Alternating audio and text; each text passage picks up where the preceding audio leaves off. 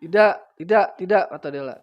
Aku sudah berjanji bila aku tidak akan memihak siapapun. Biarkan kutukan ini bekerja dengan sendirinya tanpa campur tangan. Balik lagi bareng Pak Pertiwi.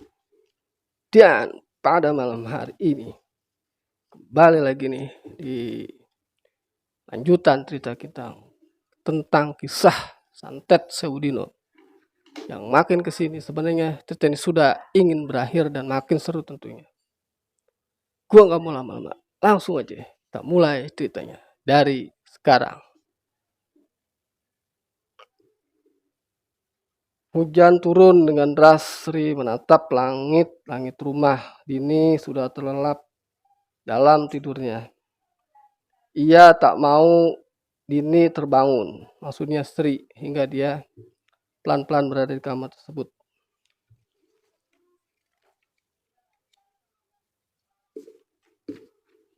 Dini sendiri yang mengambil alih tugas untuk mengantarkan makanan kepada Erna. Tapi sekali Dini sengaja tidak memberinya makan. Saat ditanya kenapa, karena waktu itu Dini sempat membuang dan melempar makanan. Dini berpikir dengan membuatnya semakin lapar, mungkin tak ada yang tahu sifat manusia ketika dia dalam keadaan terdesak. Jadi saat itu si Dini ngasih makan Erna, cuma sempat dilempar tuh piringnya.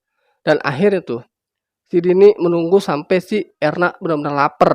Karena orang atau manusia ketika dalam kondisi sangat lapar, pasti dia walaupun dia nggak mau makan, pasti dimakan juga. Nah itulah yang dilakukan Dini supaya Erna bisa makan. Sebenarnya apa tujuanmu? Tanya Sri. Kenapa kamu sampai hati melakukan ini? Jadi si Sri ini bingung sama si Erna. Dia tuh ya aneh ngelakuin hal-hal yang menurutnya tuh konyol gitu. Artinya dia ngelakuin kayak dia nggak mau makan, dia nggak mau ngurus dirinya sendiri.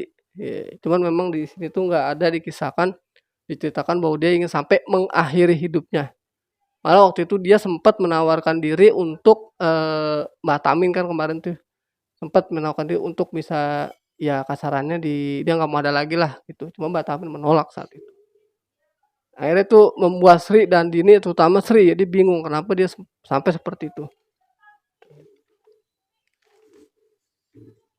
Aku tidak bisa mendapatkan informasi darimu, jadi bilang saja kenapa kamu melakukan itu.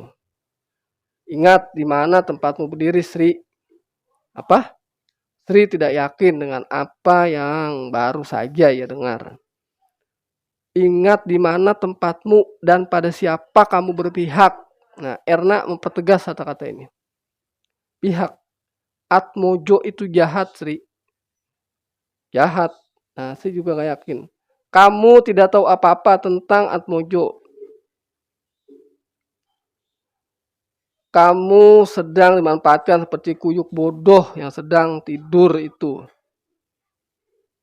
Si Erna jadi sempat menghujat si Sri ya karena dianggap yaitu si Sri itu kayak dimanfaatin gitu. Sri membuka pintu gembok. Sri mendapati pemandangan Erna yang terkulai dengan tali masih menjerat tangan dan kedua kakinya. R, panggilnya sembari melepas tali yang menjerat tangan dan kaki Erna. Mendengar panggilan Sri itu, Dini buru-buru mendekat. Ia mendapati Erna tengah duduk memiting leher Sri dari belakang. Jadi si Dini masuk, tiba-tiba dia ngeliat si Erna dari belakang, kasarnya gini kayak gini lah. Kasarnya dia tuh kayak dicekik gitu sama si Erna, si Sri. Di sela jari jemarinya Erna menggenggam pecahan dari piring yang Sri bawa. Mengarahkannya tepat di leher. Jadi dia bawa potongan beling, cuma di ini ke leher itu teman-teman. Nek enggak kepingin arek iki mati, turutin kata-kata Mbak, ucap Erna sembari menyeringai. Kalau enggak mau orang ini mati, turuti kata-kata aku tuh Mbak. Tolong jangan, ucap. Tolong jangan. Ucap Dini mengingatkan. Diam kamu. Bantak si Erna. Erna melepaskan Sri, lihat dan nilai sendiri bila kamu ingin tahu apa yang sebenarnya terjadi. Sri, maaf, aku sudah mencoba untuk membunuhmu. Seharusnya aku tidak melakukannya. Akan kutebus kesalahanku. Nyawamu akan diambil dengan sendirinya. Apa maksudnya R? Si R sempat bilang nih sama istri. Dia sempat gak ngerti. Erna mencekram wajah Dela tiba-tiba. Lalu dia berkata nih, dosa keluargamu itu banyak. Bayarlah itu dengan nyawamu. Dan bawa mereka ikut ke dalam kegelapan yang sudah mereka buat sendiri. Riak Erna. Erna mulai komat kamit seperti tengah memantrai. Jadi si Erna ini lagi, setelah itu dia komat kamit, gitulah. Dia baca mantra. Ini nih mantranya. Iblis ruang dunyo bangkitu mangwados sing dablah renggo opo sing kudu direnggot. Renggot opo sing kudu direnggot. Ben nyowo sing wes dipekso nemoni sarto isok balik nang barlakano balio. Artinya iblis yang ada di dunia bangkitlah di dalam tubuh dari anak yang berdosa. Renggut apa yang sudah direnggut biar nyawa yang dulu dipaksa menemukan kedamaian. Kembalilah dendam hitam yang pernah kutanam, kembalilah. Luar biasa nih mantra yang dibacakan Erna. Jujur sangat menyeramkan sekali teman-teman. Tiba-tiba Dela sudah berdiri di belakangnya. Ia mencengkeram leher Sri. Kenapa kamu takut sekali denganku? Katanya. Aku gak akan menggigitmu. Mungkin sedikit saja. Jangan takut. Ia melempar Sri hingga menghantam tembok. Jadi si Sri dilempar tuh ke tembok. Sampai dia Sri kena tembok. Kata Dela, bila kamu memanggilku ke sini untuk menghabisi anak-anak Liwon di sini termasuk dirimu, maaf aku tidak bisa. Dela menoleh menatap Erna. Tidak, kata Dela. Aku sudah berjanji bila aku tidak akan memihak siapapun. Biarkan kutukan ini bekerja dengan sendirinya tanpa campur tangan dariku. Tapi sosok itu menunjuk ke Dini, aku bisa membuatnya celaka. Jadi si Sengarturi mungkin ya, Sengarturi itu yang ada di tubuh si Sri, si Dela, dia berkata, dia tuh nggak mau habisin yang kayak si Sri dan tapi tiba-tiba dia nunjuk si Dini tuh buat kayak mau dihabisin tuh si Dini itu. Bila Erna gagal merapal mantra, maka Dela akan kehilangan iblis yang menguasainya. Erna berdiri kembali merapalkan mantra dan sosok iblis itu kembali mengambil alih tubuh Dela lalu mencoba untuk terus menyerang Dini. Situasi yang semakin lama semakin tak terkendali. Sri mengambil sebongkah kayu kemudian menghantam kepala perempuan itu. Dela pun tergelembab jatuh di samping Dini. Sri menghela napas panjang, ia menatap Erna, darah di kepalanya mengalir deras. Erna mati, kata Sri.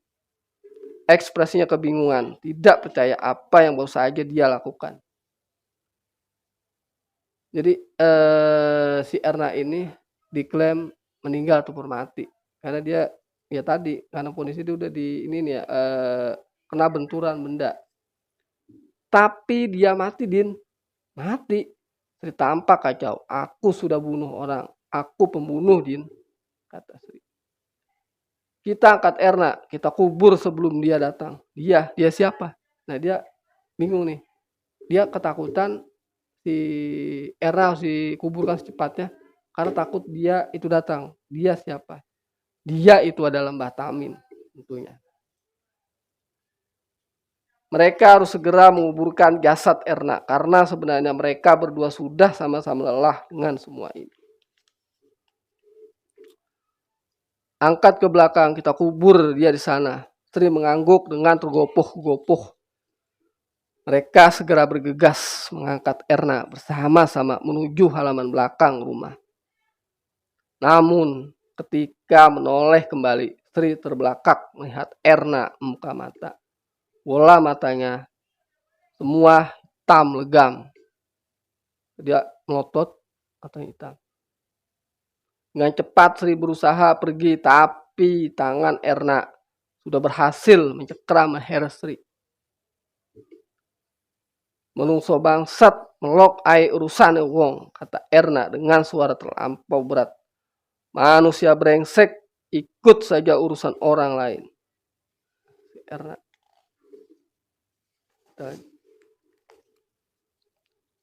Erna menatap Sri. Sekop yang ditancapkan tadi ia hantam ke wajah Erna. Erna menatap Sri dengan darah hitam yang keluar dari mulut dan hidungnya. Meraung begitu keras, Sri kembali menghantam sekuat tenaga sampai dia terjerembab. Sri dan Dini kembali ke rumah setelah menyelesaikan semuanya. Sri masih terlihat murung. Ia baru saja membunuh orang, pikirannya kacau, tapi bagaimanapun semua ini belumlah selesai. Sri dan Dini terdiam sejenak menunggu apa yang akan dilakukan gadis itu. Di mana? Katanya. Apa? Tanya Sri bingung. Di mana kalian menyembunyikan boneka itu? Boneka apa? Kami tidak tahu, sahut Sri. Bohong, teriaknya. Ia menatap Sri dan Dini bergantian. Kalian pasti tahu di mana dia menyembunyikannya kan? Nah,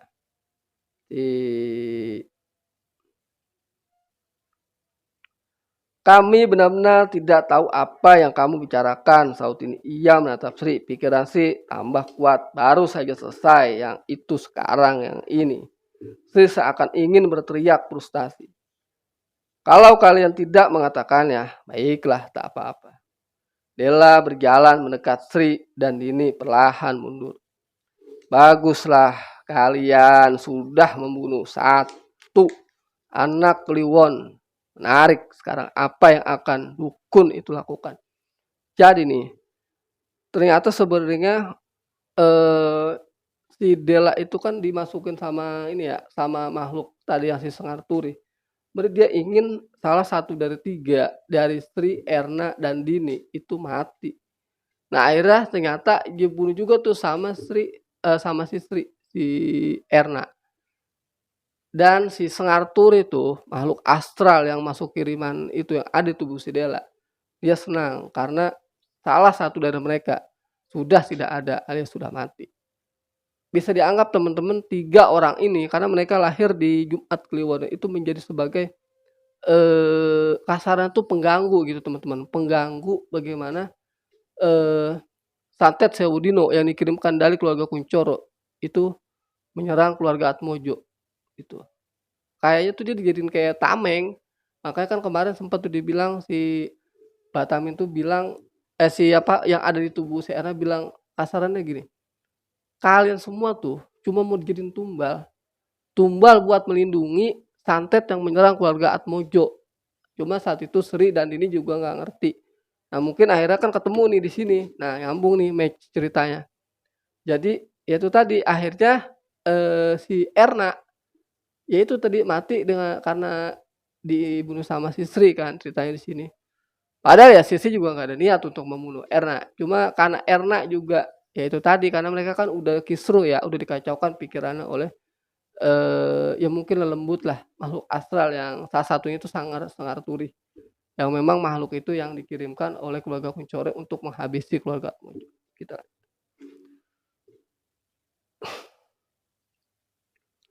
Sri dan Dini masih berangsur mundur, beringsut mundur menjaga jarak sementara Della melangkah pelan-pelan mendekati mereka. Apakah kalian tahu nasib kalian nanti? Nasib, tanya Dini. Iya nasib kalian, kata Della.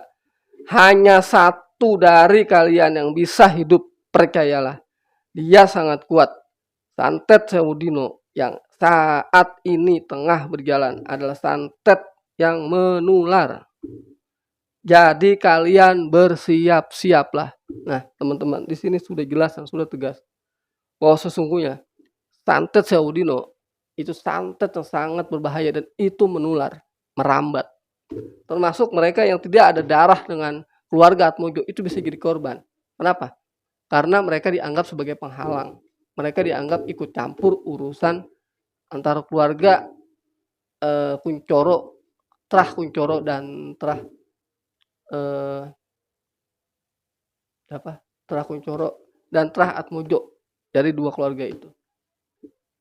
Jadi karena saking ngerinya ini santet Sewudino, makanya dia tuh bisa merenggut nyawa orang-orang yang terlibat untuk menghalangi seperti itu. Sri dan Dini hanya diam. Della kemudian tertawa terbahak-bahak, membuat Sri dan Dini ketakutan. Rumah ini tersesangat mencekam, gemuruh, dan angin di luar semakin kencang. Sri sudah tidak sanggup lagi melihat semua ini. Sampai tiba ia mendengar pintu terbuka. Seorang yang mereka kenal melangkah masuk, itu adalah Mbak Tamin. Sudahlah, Mbak Tamin bilang nih. Sudahlah, tinggal di rumah ini sudah tidak ada gunanya lagi. Kalian bersiap-siaplah. Aku sudah menemukan cara untuk mengakhirinya. Mengakhiri ini semua, istri nanya tuh. Iya, Ndu. Nah, jadi Mbah Tamin sudah menemukan cara, cuma dia nggak bisa menceritakan secara detail cara apa yang dia tempuh untuk mengakhiri daripada santet Sewudino yang menyerang keluarga Atmojo, yang dikirimkan oleh keluarga Kuncoro. Jadi dianggap ya karena tadi ya si Erna sudah meninggal, sudah mati, Dini dan Sri juga dianggap nggak bisa menyelesaikan masalah dari santet Sewudino. Akhirnya Mbak Tamin memberikan informasi bahwa dia sudah menemukan cara atau solusi untuk mengakhiri santet Sewudino yang menyerang keluarga Atmojo. Dan dengan itu pula, maka kita akan lanjut lagi di episode berikutnya. Makasih banyak yang udah nonton dari awal hingga akhir. Bantu gua, support biar supaya channel ini berkembang.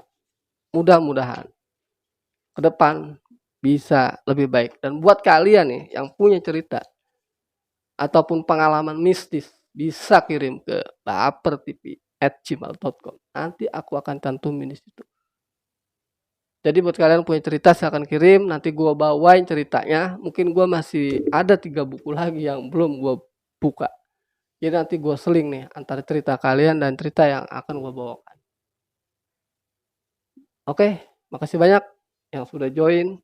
Semoga puasa kita pada bulan suci Ramadan ini pahalanya dilipatkan oleh Allah Subhanahu wa taala dan segala amal ibadah kita diterima Allah Subhanahu wa taala. Sekian, terima kasih. Assalamualaikum.